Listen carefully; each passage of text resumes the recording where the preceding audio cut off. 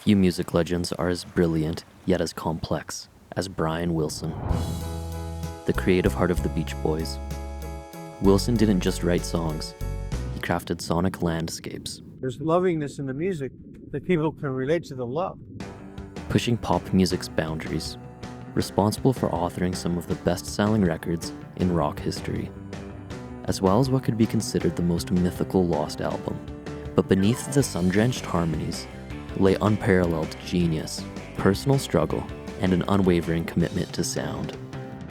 Brian's story began in Hawthorne, California. His childhood mixed musical awakening with profound challenges.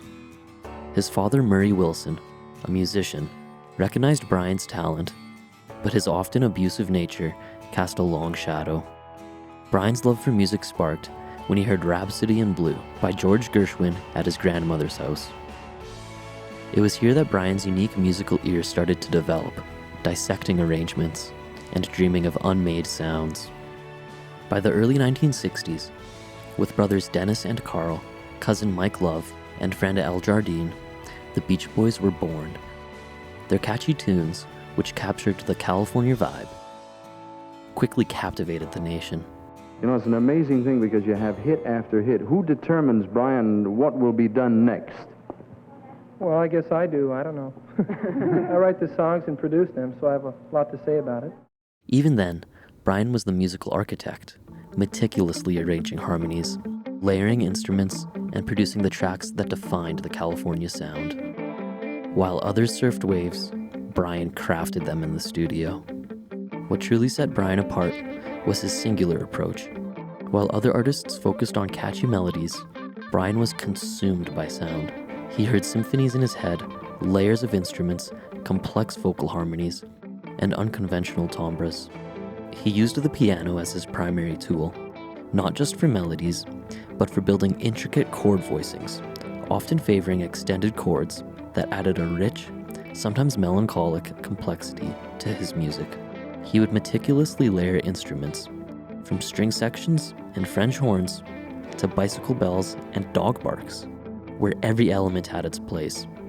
Brian was a studio visionary, treating the recording studio as an instrument, experimenting with new techniques like vocal layering and innovative microphone placements, pushing engineers to capture the exact sound he heard in his mind. This relentless pursuit led to what is seen as his most notable work, Pet Sounds. In Pet Sounds, we utilized what we call the Phil Spector technique, which in the 20th century, it's quite a scientific advancement in music and sound. It's taking instruments and combining them to form them into a new sound. In other words, if you took a piano and a guitar and combined them properly, sound-wise, mixed the two sounds together, you come up with a new instrument or a new sound. And say you use 3 guitars and 3 pianos, well, that's 6 right there. It's a great sound, and such as combining different forms of horns together and strings and voices combined together to make certain sounds. These are technological advances in music, and we've used them. We're using them in our new album too, and in 15 Big Ones. Also utilizing the voice. You're used to hearing a voice singing alone. Well, in a lot of cases, artists will put their voice on again, singing the same notes over the same notes, which is 2 voices sounding like one, only there's a mellow effect because you never can get the 2 notes exactly the same, so they waver. So you get the wave effect, which is very good, a very sweet sound.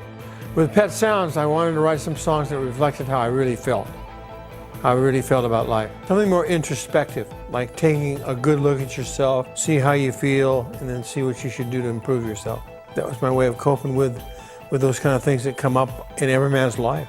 I tried to make it the most artistic, loving album ever made. A pivotal moment in popular music, introspective, melancholic, and sonically groundbreaking. The Beatles were deeply impressed, with Paul McCartney calling God Only Knows the greatest song ever written. When I played it, it made me cry. And I don't quite know why. It wasn't necessarily the words or the music. There's just something so deep in it that there's only certain pieces of music can do this to me. I think it's a sign of great genius to be able to do that with a bunch of words and a bunch of notes. Pet Sounds directly inspired Sgt. Pepper's Lonely Hearts Club Band, sparking a production rivalry. Brian, challenged by Sgt. Pepper, got started on rock's most mythical lost album, the unfinished Smile Project, a testament to his drive to innovate, an album meant to surpass even Pet Sounds. It was wild, experimental, psychedelic, and brilliant. But immense pressure, coupled with his fragile mental state and escalating drug use, took its toll. I had so much money to spend on drugs. You see, the problem is people that have a lot of money can afford to buy drugs, right? So they can buy more and more. Because when you get a tease, you want more, right? You stroke a kitten's neck, you take your hand away, what does it do? It puts its neck on your hand for more stroking. Because it wants more, it feels good. Beyond his personal demons, the pressures of record companies demanding hits and pushing deadlines fueled his anxiety. Brian's creative process became fraught. His perfectionism spiraled into obsession, leading to profound retreat. Famously, his anxieties sometimes manifested in unusual ways, like when he filled his house with sand, trying to recreate a beach environment indoors. You know, when you play a piano and you're sitting in the sand with the piano, you can close your eyes and you can actually be on the beach. You know, I mean, you can actually be there. If you close your eyes, you can actually be in a place like that. Diagnosed with schizoaffective disorder, his struggles with mental illness, undoubtedly magnified by the childhood abuse he suffered at the hands of his father, combined with addiction, plunged him into many years of isolation, driving him to a creative halt. I stayed in my room for about 3.5 years. I was taking some drugs, you know, and I experimented myself right out of action. That was really what life was all about for me, you know, staying in bed. I mean, I was hiding away from everything and anything, and it was just one big hideaway. For years, Brian's story was one of tragic decline, but remarkably, a path to recovery emerged. Through a long and difficult process of getting clean, and his rather controversial relationship with his therapist, Eugene Landy, Brian slowly reclaimed his life and music. The latter half of Brian's life saw a remarkable resurgence. He finally completed Smile in 2004, bringing long-awaited closure and acclaim.